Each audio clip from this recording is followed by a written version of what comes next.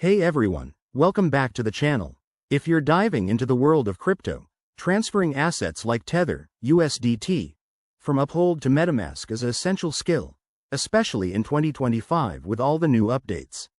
Today, I'll walk you through this process step by step, so you can do it quickly and securely.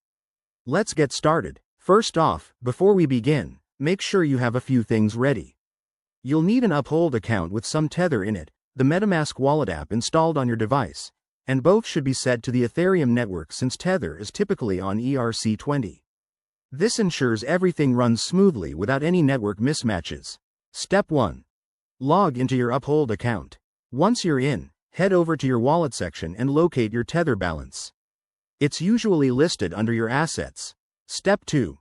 Now, open up your Metamask app or extension. Make sure it's connected to the Ethereum mainnet. Go to your wallet overview and copy your wallet address. This is the key piece you'll need for the transfer. Double check it to avoid any mistakes. Step 3. Back in Uphold, select the withdraw or send option for your Tether.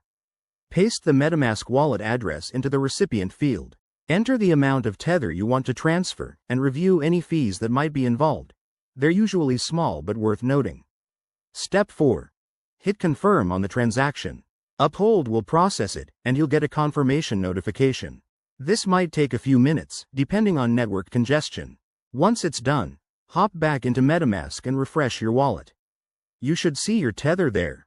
A quick tip. Always verify addresses and networks to prevent losing funds, and never rush through confirmations. There you have it. That's how you transfer Tether from Uphold to Metamask in 2025.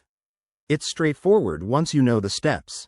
If you found this helpful, smash that like button, subscribe for more crypto guides, and drop any questions in the comments. Thanks for watching, and see you in the next video.